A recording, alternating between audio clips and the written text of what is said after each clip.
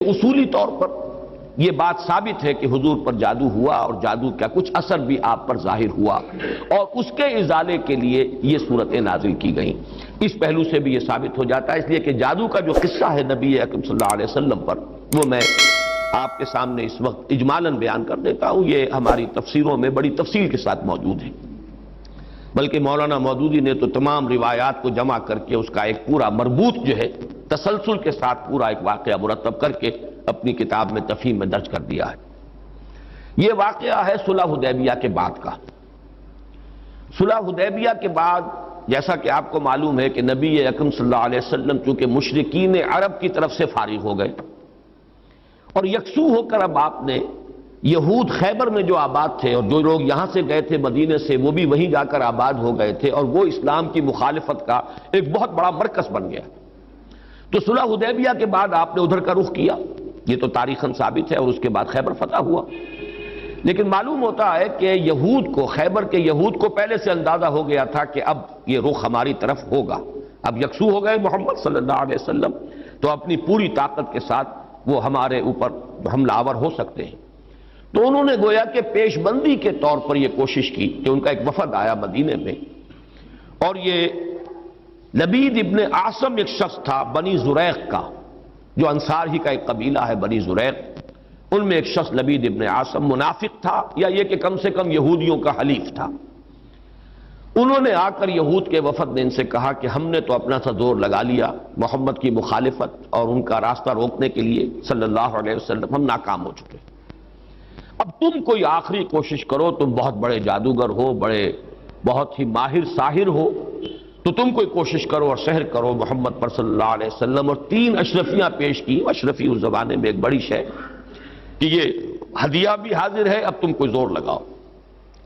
اس نے پھر خدمات حاصل کی ایک یہودی لڑکے کی جو حضور کے ہاں اس وقت بطور خادم کام کرتا تھا۔ اس نے کہیں سے حضور کی کنگھی کے 2-3 دندانے جو ہیں وہ توڑے، اور اس میں آپ کے منہ مبارک بھی تھے، جیسے کنگھی کے اندر آپ کو معلوم ہے بال جو ہیں وہ کہیں اڑ جایا کرتے ہیں آخر میں، تو وہ لے کر اس کے پاس گیا، اس پر اس نے جادو کیا۔ اس کا میں بعد میں عرض کروں گا کہ یہ جادو کا یہ معاملہ جو ہے اس حوالے سے کہ یہ کیا ضرورت ہے کہ بال ہوں اور اس کے حوالے سے جادو کیا جائے، اس کی بھی آج کے اعتبار سے بعض حضرات شاید سمجھتے ہوں کہ یہ بالکل بے تکی باتیں ہیں، لیکن اب جہاں تک سائنس پہنچ چکی ہے ان تمام باتوں کی توجیہ اب بالکل سمجھ میں آنے والی ہے، اس لیے کہ یہ کسی شخص کا، اس کے جسم کا ایک حصہ، بال بھی انسان کے جسم میں سے اگ رہے ہیں، اس میں بھی جو سیلز ہیں ان میں جینز ہیں، اور ہر شخص کے کچھ جینز ہیں جس کے حوالے سے اس کی شخصیت کا تشخص ہے، اس کی انفرادیت ہے، وہ جینز کے حوالے سے ان کے واسطے سے اس شخص کے ساتھ ربط قائم کرنا، جو بھی قوتیں ہیں، یا وہ جنات کے ذریعے سے، ارواح خبیثہ جنہیں ہم کہیں گے ان کے ذریعے سے، یا کوئی اور شکلیں ہو سکتی ہیں، ریڈیشن مختلف قسم کے، آج تو سائنس جو ہے جہاں تک پہنچ چکی ہے وہ ریڈیشنز کی کتنی قسمیں ہیں اور کہاں کہاں سے وہ ریڈیشنز پہنچتی ہیں اور کیسے کیسے اثر انداز ہوتی ہیں، یہاں تک کہ بالکل ابتدائی دور جو ہے عہد اول جسے بگ بینگ کہا جاتا ہے آج کل، اس وقت کی ریڈیشنز بھی آج تک آپ خلا کے اندر جو ہے وہ تلاش کرتے ہیں اور وہ مل جاتی ہیں۔ اس پہلو سے ان چیزوں کے ذریعے سے، لیکن یہ کہ شخص معین تک اس بات کو پہنچانے کے لیے غالباً اس کے وجود کا کوئی حصہ، اور ظاہر بات ہے کہ ہر شخص کے بال اس کے وجود کا ایک جز ہے، اسی میں سے وہ برآمد ہوئے۔ بہرحال اس پر وہ جادو کیا گیا، اور وہ کوئی تانت یا کوئی شے تھی جس میں گرہیں لگائی گئیں، 11 گرہیں اس میں تھیں، پتلا سا بنایا گیا اور پتلے میں پھر وہ سوئیاں چبوئی گئیں، اور پھر ایک کنویں میں زروان یا زو اروان یا زی اروان اس کنویں کا نام تھا، وہاں جا کر کسی پتھر کے نیچے، اس کے تہ میں پتھر کے نیچے وہ دبا دیا گیا، اس کے اثرات حضور پر ظاہر۔ یہ ہے وہ کہ واقعہ، اور اس کے بعد اس میں تفصیل سے کہ کتنا عرصہ ہوا، کیا کیا اثرات ظاہر ہوئے۔ ایک بات جو ہے تیقن کے ساتھ ثابت ہے کہ حضور کی کچھ کیفیت ایسی ہو گئی تھی جیسے جسم کچھ جکڑا سا گیا ہو، بند سا گیا ہو، ایک نشاط کی کیفیت ہوتی ہے، طبیعت کھلی ہوئی، اور ایک جیسے کہ طبیعت کے اندر کچھ بندش سی ہے، اور کچھ ایسی کیفیت کہ کوئی کام آپ نے نہیں کیا ہوتا تھا لیکن آپ نے سمجھ لیا کہ میں یہ کام کر چکا ہوں، اس طرح کا کچھ نسیان کی کیفیت بھی آپ پر کچھ عرصے کے لیے طاری رہی۔ اس حیثیت میں، اس حالت میں آپ نے کسی سے تذکرہ تو نہیں کیا، اور نہ ہی اس کا کوئی چرچا ہوا، لیکن آپ جیسے کوئی اندر ہی اندر سے گھلتے سے جا رہے تھے اس جادو کے زیر اثر۔ اس کے بعد ایک رات ایسا ہوا، اب یہ حضور نے خواب میں دیکھا، یا جسے ما بین النوم والیقظہ کہا جائے گا، خواب اور بیداری کی درمیانی کیفیت، نیند اور بیداری کے درمیان کا معاملہ۔ اس میں آپ نے یہ دیکھا کہ دو انسان آئے، دو فرشتے انسانی شکل میں، ایک آپ کے سرانے بیٹھ گیا، ایک پائیں بیٹھ گیا، اور ان کا مکالمہ ہوا۔ اس مکالمے کے ذریعے سے گویا کہ اللہ تعالیٰ نے حضور پر یہ ساری حقیقت بیان کر دی۔ انہیں کیا ہوا ہے، یہ بیمار ہیں، بیماری کیا ہے، ان پر جادو کیا گیا ہے، جادو کس نے کیا ہے، لبید بن عاصم نے کیا، کس شے میں کیا ہے، وہ ساری تفصیل، کہاں ہے وہ وہاں دبا ہوا ہے۔ یہ حضور صلی اللہ علیہ وسلم کو جب یہ چیز بتا دی گئی تو اگلے دن پھر آپ نے صبح حضرت عائشہ سے بھی بتایا کہ یہ واقعہ اس طرح مجھے ہوا، اور میری جو تکلیف تھی اس کا مجھے اللہ تعالیٰ کی طرف سے علاج بتا دیا گیا۔ پھر آپ حضرت علی رضی اللہ تعالیٰ عنہ کو اور غالباً حضرت طلحہ کو، ان کو آپ نے بھیجا، کچھ اور لوگ بھی ساتھ ہو گئے، بنو زریق کے بھی کچھ لوگ ساتھ ہوئے، اور جا کر اس کنویں میں سے پھر وہ چھین نکال لی گئی، اور حضور صلی اللہ علیہ وسلم بھی وہیں پر پہنچ گئے۔ پھر یہی 11 آیات، 11 گرہیں تھی جو اس میں لگی ہوئی تھی، اور آپ نے ہر گرہ پر ایک ایک آیت پڑھ کر ایک گرہ کو کھولا ہے، اور آپ کی طبیعت ایسے ہو گئی جیسے کہ وہ جو بندش سی ہو گئی تھی، جیسے کچھ جکڑ بند ہو اور اس کے بعد ایک دم جو ہے کھل جائے، کیفیت جو ہے اس سے نجات مل جائے، نشاط کی طبیعت کیفیت پیدا ہو جائے، یہ ہو گیا۔ یہ واقعہ ہے کہ جو حضرت عائشہ رضی اللہ تعالی عنہا سے، حضرت زید ابن ارقم سے رضی اللہ تعالی عنہ، حضرت عبداللہ ابن عباس سے رضی اللہ تعالی عنہما، اجمال کے ساتھ، اختصار کے ساتھ تو صحیح بخاری، صحیح مسلم اور مسند احمد اور تمام کتابیں جو ہیں ان کے اندر یہ واقعہ موجود ہے۔ البتہ یہ کہ صحیحین میں جو روایت ہے وہ بہت اجمالی ہے، جبکہ یہ تفاصیل جو ہیں زیادہ، اور جنہیں زیادہ ان تفاصیل کی سے شوق ہو اور کوئی دلچسپی ہو تو وہ مولانا مودودی صاحب کی تفہیم میں دیکھ لیں، اس میں یہ کہ زیادہ تفاصیل ہے، لیکن یہ تفاصیل صحیحین کی روایت میں نہیں، اس میں اصولاً بات ثابت ہے کہ حضور پر سحر ہوا اور سحر کے یہ اثرات ہوئے، اور اس کے بعد اس طریقے سے وہ سحر جو ہے اس کے اثرات ظاہر کیے گئے۔ ایک تواتر کے ساتھ جو ہمیں روایت ملتی ہے کہ یہ حضور صلی اللہ علیہ وسلم پر جب سحر ہوا ہے اس وقت یہ صورتیں نازل ہوئی ہیں، اور حضرت جبرائیل علیہ السلام نے یہ تلقین فرمائی کہ ان آیات کے ذریعے سے آپ اس سحر کے اثر کو زائل کریں، چونکہ ان میں ایک آیت موجود بھی ہے وَمِن شَرِّ النَّفَّاثَاتِ فِي الْعُقَدِ، تو اس کے حوالے سے اس میں ایک ربط بھی قائم ہوتا ہے، وَمِن شَرِّ النَّفَّاثَاتِ فِي الْعُقَدِ، اور پھونک مارنے والیوں کی شر سے کہ جو گرہوں پر، عقدوں پر پھونک مارتی ہیں۔ یہ ہے وہ جادو اور ٹونے کا معاملہ، جادو، ٹونا، ٹوٹکا۔ اس میں نفاسات کیوں آیا؟ جادوگر تو مرد بھی ہوتے ہیں، عورتیں بھی ہوتی ہیں، اس کے بارے میں مختلف تعبیرات کی گئی ہیں، کیونکہ ان کے نفوس کی یہ شرارت ہے، لہذا نفس کی طرف نسبت دیتے ہوئے اسے مؤنث بنایا گیا، یا چونکہ ان کی جماعتیں ہیں، ان کے گروہ ہیں، لہذا ایک جماعت کے لیے لفظ مؤنث کہا جاتا ہے عربی زبان میں، تو شاید اس کے اعتبار سے نفاسات کہا گیا۔ ایک رائے یہ بھی ہے کہ عاصم ابن لبید کی بہنیں اور بیٹیاں خاص طور پر ماہر تھیں، اور جو جادو اس نے کیا حضور صلی اللہ علیہ وسلم پر اس میں وہ بھی شامل تھی، اس لیے شاید یہ نفاسات کا لفظ آیا ہے۔ بہرحال اس پر ہمارے تمام مفسرین کا اجماع ہے کہ اس سے مراد ہے جادو کے لیے، ٹونے کے لیے، ٹوٹکے کے لیے کچھ پھونک پھونک کر گرہوں پر پھونکے مارنا اور گرہیں لگانا۔ عقد یہ جمع ہے عقدے کی، عقدہ کہتے ہیں گرہ، تو عقدہ جمع اس کی عقد، گرہوں پر پھونکے مارنے والیوں کے شر سے رب الفلق کی پناہ میں آتا ہوں۔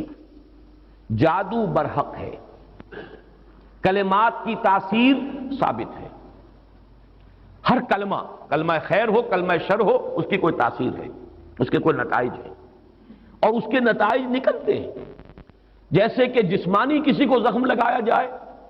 جیسے حضور صلی اللہ علیہ وسلم کو بھی زخم لگا ہے غزوہ احد میں، خون کا فوارہ چھوٹا، زیادہ خون بہہ گیا تو غشی بھی طاری ہوئی، سب کچھ ہوا، دندان مبارک شہید ہوئے۔ جیسے جسم اطہر پر یہ اثرات جو ہیں خارجی حملوں اور خارجی جو زخم لگے ہیں ان کے ظاہر ہوئے، اسی طرح یہ مانوی قسم کا جو حملہ تھا اس کا بھی نبی اکرم صلی اللہ علیہ وسلم پر اثر ہوا ہے۔ یہ صحیحین کی روایات سے ثابت ہے، اور میں یہ سمجھتا ہوں کہ اس سے انکار کرنا در حقیقت یہ اس دور کے بڑے فتنوں میں سے ایک فتنہ ہے. جو چیز اس طریقے سے ثابت ہو جائے اور اس میں کہ عقلی اعتبار سے خود قرآن سے ثابت ہے. اس لیے کہ حضرت موسیٰ علیہ السلام پر بھی جادوگروں کے جادو کا اثر ہوا، قرآن میں ثابت ہے. جب مقابلہ ہوا ہے اور حضرت موسیٰ علیہ السلام کا معجزہ بھی یہی تھا نا کہ عصا ڈالتے تھے زمین میں وہ اژدہا بن جاتا تھا. حیۃ تسعیٰ، سانپ ہے ہلنے والا چل رہا ہے. اور وہی کچھ انہوں نے کر کے دکھا دیا عارضی طور پر. جادوگر آئے، انہوں نے اپنی چھڑیاں اور اپنی رسیاں پھینکی اور وہ بھی نظر آئیں، سب کو نظر آئیں کہ جیسے سانپ ہے چل رہے. جیسے سب کو نظر آئی حضرت موسیٰ کو بھی نظر آئی. جیسے نظر بندی آپ کہتے ہیں، نظر بندی سب کی ہوئی تو حضرت موسیٰ کی بھی ہو گئی. عصمت انبیاء سے یہ کوئی شے بعید نہیں ہے. معلوم ہوا کہ قرآن سے ثبوت مل رہا ہے.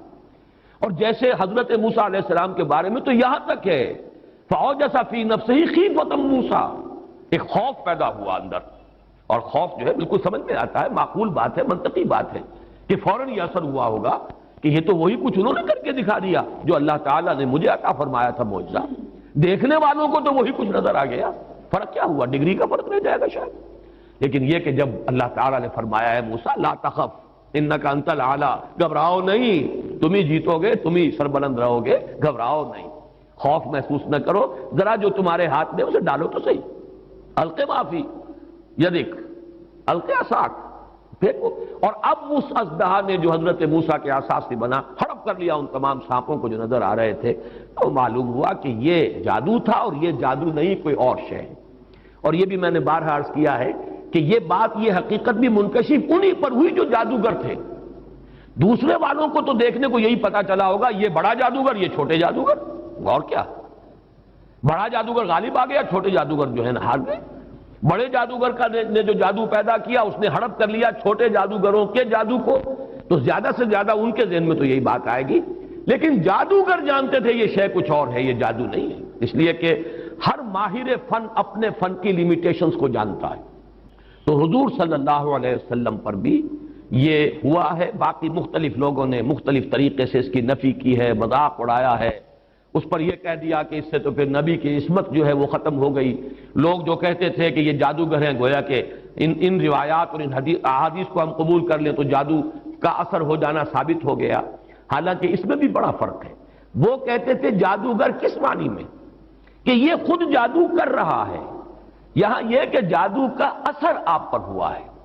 اور وہ بھی اثر اس درجے میں نہیں ہوا کہ جس سے آپ کی عصمت مجروح ہو جائے اور غیر معتبر ہو جائے. اس لیے کہ اس کا کسی اور کو تو پتہ ہی نہیں چلا،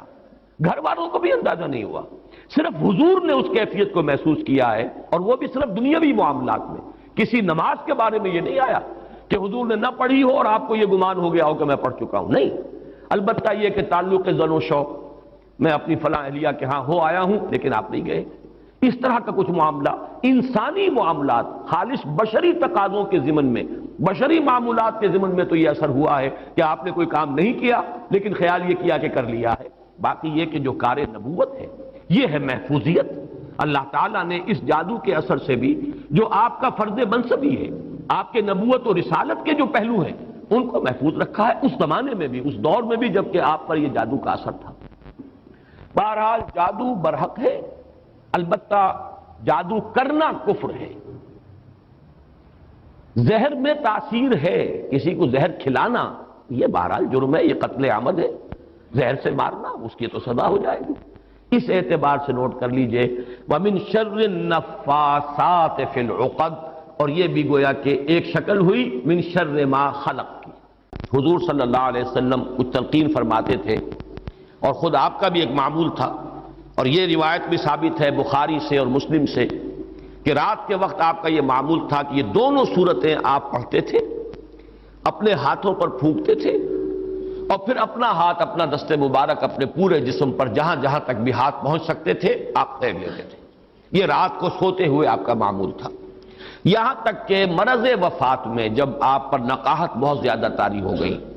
تو ایسا بھی ہوتا رہا ہے کہ حضور صلی اللہ علیہ وسلم کے ہاتھ حضرت عائشہ نے اٹھائے، حضور نے اس پر پڑھا، پھونکا، اور پھر حضرت عائشہ نے حضور کے ہاتھ جو ہیں آپ کے جسم کے اوپر پھیر دیے. بلکہ ایسا بھی ہوا کہ خود حضرت عائشہ رضی اللہ تعالی عنہا نے اپنے ہاتھوں سے یہی عمل جو ہے جاری رکھا ہے. تو یہ بھی اصل میں نبی اکرم صلی اللہ علیہ وسلم کا جو ایک خاص تعلق ان دو صورتوں کے ساتھ ہے اس لیے کہ روایات سے یہ معلوم ہوتا ہے کہ ان کے نزول سے پہلے قرآن مجید میں بھی مختلف جگہوں پر جو ہے وہ استعاذے کا حکم موجود ہے، تو حضور سے بھی بہت سی دعائیں منقول ہیں جن میں آپ استعاذہ کرتے تھے، پناہ طلب کرتے تھے مختلف چیزوں سے۔ اعوذ باللہ، اللہم انی اعوذ بک من العجز والکسل ومن البخل والشح، مختلف جو ہے حضور سے روایات ثابت ہیں۔ ونعوذ باللہ من شرور انفسنا ومن سیئات اعمالنا، اب یہ تمام چیزیں جو حضور سے ثابت ہیں، لیکن جب یہ صورتیں نازل ہو گئی تو اس کے بعد حضور صلی اللہ علیہ وسلم نے گویا کہ تعوذ جو ہے اپنا اس کو خاص کر لیا ان دو صورتوں کے ساتھ۔